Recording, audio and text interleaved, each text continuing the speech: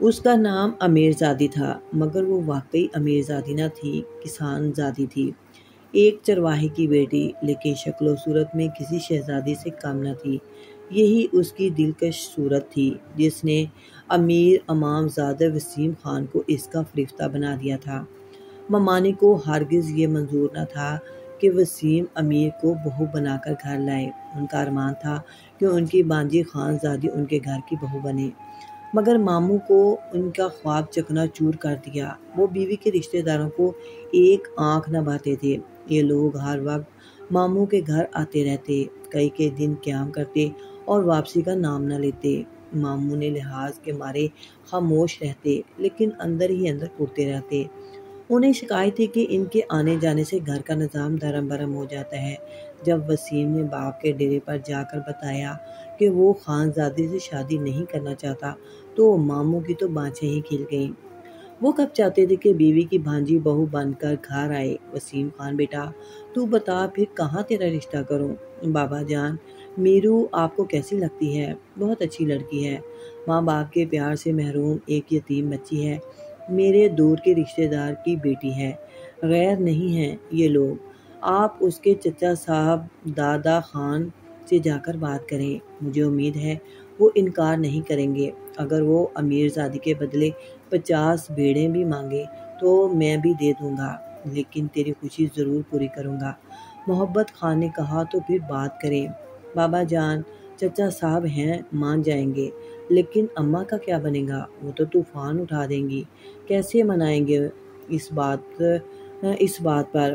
ارے بات منوانے کا گڑ میرے پاس ہے، کہہ دوں گا دوسری شادی کر رہا ہوں، ورنہ میری بات مان لو، نہ مانو گی تو طلاق دے کر چلتا کر دوں گا۔ بابا، آپ ایسی بات کر رہی ہیں میری ماں سے؟ ارے بیٹا، سچ سچ تھوڑا ہی ایسا کرنے لگا ہوں، بس عورت کو دھمکانے کو تو یہی ایک حربہ ہے ہم مردوں کے پاس، ورنہ اس بڑھاپے میں کیا میری مت ماری گئی ہے کہ دوسری شادی کروں؟ خاندان میں سبھی نے دو چار شادیاں کر رکھی ہیں، مگر میں نے ایک ہی کی۔ پوچھو تو کیوں؟ اس لیے کہ مجھے تیری ماں کے سوا کوئی عورت بھائی ہی نہیں۔ اچھا تو کسی بات کی فکر نہ کر، میں سنبھال لوں گا یہ معاملہ، لیکن تیرا رشتہ ہرگز تیری ماں کے رشتہ داروں میں نہیں کروں گا۔ یہ بڑے پچڑ سے لوگ ہیں، مفت خورے، میرا بس چلے تو ان کو اپنی دہلیز بھی پار نہ کرنے دوں، لیکن کیا کروں، تیری ماں سے محبت ہے، میں اسے آزار نہیں دینا چاہتا۔ یوں باپ بیٹے میں باہر ہی باہر معاملہ طے ہو گیا۔ وسیم کے بابا میرے والد کے پاس آئے اور کہا، تم رشتہ لے کر امیر بی بی کے گھر جاؤ، اس کے چچا چچی سے بات کرو جنہوں نے اسے پالا ہے، یہ لوگ تم کو ہرگز انکار نہ کریں گے۔ ماموں کی بات بھی درست تھی، امیر بی بی کے چچا سے والد صاحب کی گاڑی جبتی تھی، ہر اچھے برے وقت میں وہ ایک دوسرے کے کام آتے، دونوں پگڑی بدل بھائی تھے۔ امیر کا گھر ہمارے گھر سے متصل تھا، میرا اور اس کا بچپن ایک ہی آنگن میں گزرا۔ وہ میری پیاری سہیلی تھی، ہم کبھی ایک دوسرے سے کوئی بات نہ چھپاتے۔ میں اسے پیار سے میرو کہتی تھی، مجھے میرو کے سب دکھ معلوم تھے۔ اس کے چچا چچی بے شک اس کے سرپرست تھے، بلکہ والدین جیسے ہی تھے، لیکن سگے ماں باپ کا کوئی بدل نہیں ہوتا۔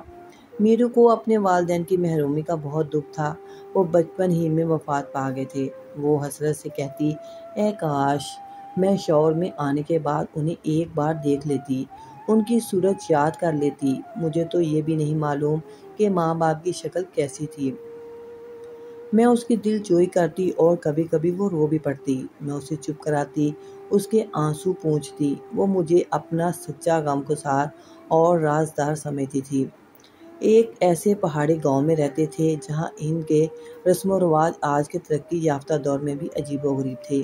یہ ایسے رسم و رواج تھے جو عورت کو پاؤں کی جوتی اور مرد کو سر کا تاج بناتے تھے۔ میاں بیوی کے خوبصورت اور مقدس رشتے میں کوئی توازن نہ تھا۔ اگر کوئی مرد اپنی بیوی کا خیال رکھتا تو اسے زن مرید کہہ کر نظروں سے گرا دیا جاتا۔ اگر وہ بیوی کو سیر و تفریح کے لیے کہیں ساتھ لے جاتا تو نہ صرف خاندان بلکہ سارا گاؤں اسے لعنت و تشنیع کا نشانہ بناتا۔ برادری والے اس پر ہنستے اور آوازیں کستے، لو وہ آ رہا ہے، عورت کا غلام۔ یہ اب ہم مردوں میں بیٹھنے کا لائق نہیں رہا۔ خیر ماموں نے بیوی سے اپنی بات منوا لی اور امیر بی بی کی شادی اپنے لختے جگر سے کر کے اسے بیاہ کر گھر لے آئے۔ وسیم کی تو وہ چاہت تھی، وہ میرو سے بہت پیار کرتا تھا، مگر گھر والوں سے چھپ کر اس سے ہم کلام ہوتا تھا، کیونکہ ہمارے علاقے میں یہ رواج صدیوں سے چلا آ رہا تھا کہ جب تک مرد اپنی دلہن کو مار پیٹ نہ لے وہ کچہری میں گردن اونچی کر کے نہیں بیٹھ سکتا۔ یہاں تو دوسری شادی کرنے والے مرد کی بھی پیٹھ ٹھونکی جاتی تھی، اسے شاباش دی جاتی تھی۔ ہمارے یہاں مرد عورتوں کی گلہ بانی سے ہی معاشرے میں مکان پاتے تھے۔ جس مرد کی جتنی زیادہ بیویاں ہوتی اسی قدر وہ قابل تحسین اور احترام کی نظر سے دیکھا جاتا تھا۔ اگر کوئی عورت اپنے شوہر کے دل میں گھر کر لیتی تو ایسے مرد کی تو شامت ہی آ جاتی تھی کہ وہ گھر والوں کے سامنے بیوی سے پیار کی بات تک نہیں کر سکتا تھا۔ اب یہی حالات میرو کے بھی ہوئے، اگرچہ وہ شوہر کی خدمت گزار اور ساس سسر کی فرما بردار تھی، پھر بھی سسرال میں ہر کسی سے دبی دبی رہتی، تیز بخار میں بھی گھر کے تمام کام نپٹاتی۔ تب بھی شوہر اس سے نرم لہجے میں بات نہیں کر سکتا تھا، نہ ہی گھر والوں کے ڈر سے اسے آرام کرنے کو کہہ سکتا تھا۔ وسیم کو دن بھر ماں بہنوں کے سامنے بیوی سے درست لہجے میں بات کرنا پڑتی اور رات کو میرو سے ہاتھ جوڑ کر معافی مانگتا تھا۔ وہ منہ پھلا لیتی تو اس کے پاؤں پکڑ لیتا، کہتا میرو تو جانتی تو ہے اگر میں تجھ سے سب کے سامنے تہمتانہ لہجے میں بات نہ کروں، تجھ سے حکم نہ چلاؤں تو ماں ایک دن بھی مجھے اور تجھے سکون سے گھر میں نہ رہنے دے گی۔ اگر تو نے زیادہ اصرار کیا تو میں نے تیری بات مان لی تو وہ طلاق دلوانے سے بھی باز نہیں آئے گی۔ بس تو صبر سے یہ دن گزار لے، جب ہمارے 2-4 بچے ہو جائیں گے اور بعض میں اور غلہ بانٹ دیا جائے گا تب ہم علیحدہ ہو جائیں گے۔ ابھی اگر میں علیحدہ گھر میں رہنے کی بات کروں گا تو یہ لوگ میری دوسری شادی کر دیں گے اور تجھے تیرے چچا کے گھر بھجوا دیں گے، تب تیری چچی بھی تجھ کو نہ رکھے گی، کہاں جائے گی تو؟ میرے گھر والے یہی سمجھیں گے کہ میرو ہی ہمارے بیٹے کو علیحدہ گھر میں رہنے پر اکساتی ہے۔ کیا تو یہ چاہتی ہے کہ برادری والے ہماری محبت سے جل کر میری دوسری شادی کروا دیں؟ میرو بھی سوچتی کہ یہ سچ ہی تو کہتا ہے، بیچارہ یہ کالے پہاڑوں کے رہنے والے دقیانوسی لا علم لوگ۔ اگر میں نے ہوش سے کام نہ لیا تو سوکن آتے کیا دیر لگتی ہے؟ بس میرو چپ چاپ غلامی کی چکی میں پستی رہی، جانوروں کے لیے گھاس اکٹھا کرتی، تندور پر اتنے بڑے کنبے کے لیے 40-50 روٹیاں تھوپتی، گھر کے ہر فرد کی خدمت کرتی۔ یہاں بہو لاتے ہی اسی لیے تھے کہ لڑکی کے وارث بیٹی کے بدلے 150 بھیڑ بکریاں دے جاتے تھے تاکہ سسرال میں خدمت کرنے والی کمی نہ رہے، اور سسرالی بھی یہ سودا خوشی سے طے کر لیتے تھے تاکہ لڑکی کے ساتھ یہاں جو سلوک ہو اس کے وارث سر نہ اٹھا سکیں۔ میرو کام سے تھک جاتی تو کبھی روتی کبھی آنسو پی جاتی، مگر زبان سے ایک لفظ نہ نکالتی۔ اللہ نے صبر کا اجر دیا، میرو کے بعد بیٹے ہو گئے۔ اب وہ بیٹوں والی ماں تھی۔ بیٹے ایسی نعمت ہے جن کے ہونے سے سسرال میں عورت کی قدر و قیمت بڑھ جاتی تھی۔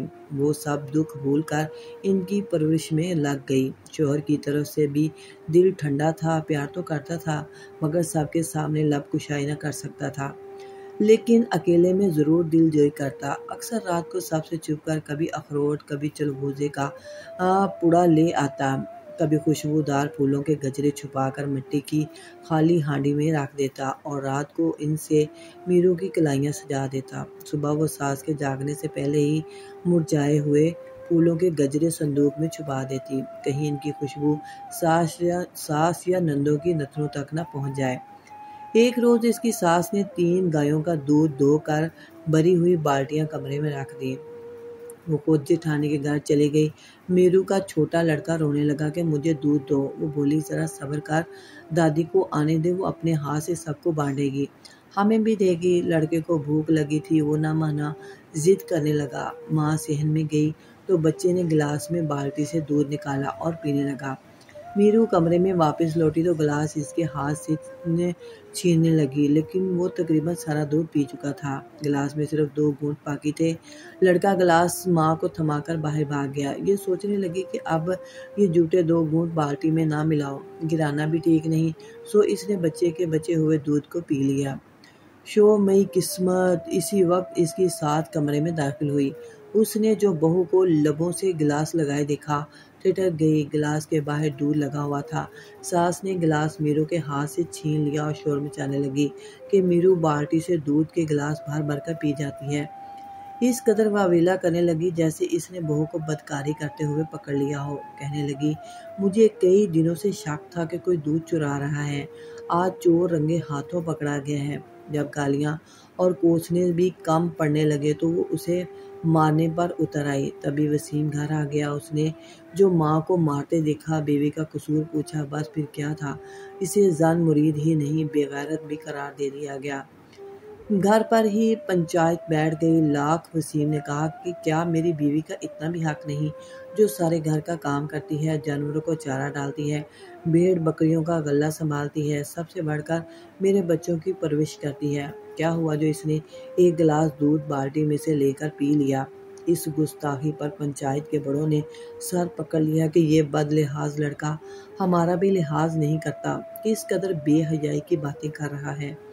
برادری نے فیصلہ کر دیا کہ سگی بیوی کو یہ حق حاصل ہے کہ وہ اس منہ زور بہو اور بیٹے کا غرور توڑنے کے لیے ایک اور بہو لائے اور یوں وسیم کی دوسری شادی کرا دی جائے۔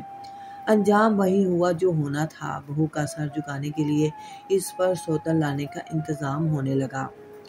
وسیم خان کے تایا، چچا اور پنچ کے بڑے سب نے مل کر اسے دوسری شادی پر مجبور کیا۔ اس نے لاکھ انکار کیا مگر کسی نے اس کی نہ سنی۔ ساری برادری اس پر تھو تھو کرنے لگی۔ کہا گیا کہ جو بیوی کے عشق میں گرفتار ہو گیا ہو اسے سیدھی راہ پر لانا لازم ہے، ورنہ وہ برباد ہو کر رہے گا۔ ماں بھی اس کی نافرمانی پر بد دعائیں دینے لگی۔ بالآخر وسیم خان اور اس کی والد نے ہتھیار ڈال دیے۔ برادری کے لوگوں نے وسیم کا نہیں بلکہ اس کی والدہ کا ساتھ دیا۔ جوان سال شادی شدہ افراد اسے طعنہ دیتے کہ ابھی تو صرف ایک عورت اور 4 بچے ہی تمہاری ملکیت میں ہیں اور تم ابھی سے بوڑھے ہو گئے ہو۔ یہاں تو جتنا بڑا خاندان ہو اتنا ہی مقام بنتا ہے۔ مرد جتنی زیادہ شادیاں کرے اتنی زیادہ اولاد پیدا ہو، اور اولاد زیادہ ہو تو قبیلہ مضبوط ہوتا ہے۔ اس قدر لعن طعن ہوئی کہ وسیم کو مجبوراً دوسری بار دولہا بننا پڑا۔ اس نے روتے دل کے ساتھ سہرا باندھ لیا۔ وسیم بجھا بجھا تھا مگر ماں اور بہنیں خوش تھیں۔ باپ بھی برادری میں سرخرو تھا کہ گھر میں دوسری بہو آ گئی تھی جو مزید بیٹے پیدا کر کے قبیلے کی طاقت بڑھائے گی۔ یہ نئی بہو سگی بیوی کی وہی بانجی تھی جسے بہو بنانے کے وہ برسوں سے ارمان رکھتی تھی۔ ارمان پورا ہوا، دل کو ٹھنڈک مل گئی۔ میرو اپنی کوٹھری میں شب بھر سسکتی رہی۔ اس نے حسب روایت بزرگوں کے فیصلے کا احترام کیا۔ اس نے نئی دلہن سے کوئی جھگڑا نہ کیا کیونکہ سوتن سے جھگڑا بنتا ہی نہ تھا۔ وہ تو خود اس گھر سے بھاگ کر نہیں آئی تھی اور نہ ہی اس کے دل میں کسی کے لیے بغض تھا نہ انتقام۔ وہ تو بس اپنے بچوں کی اور اپنی خیر چاہتی تھی۔ وسیم نے دوسری شادی برادری کے دباؤ میں آ کر کی تھی لیکن وہ اپنی نئی نویلی دلہن سے سیدھے منہ بات نہیں کرتا تھا۔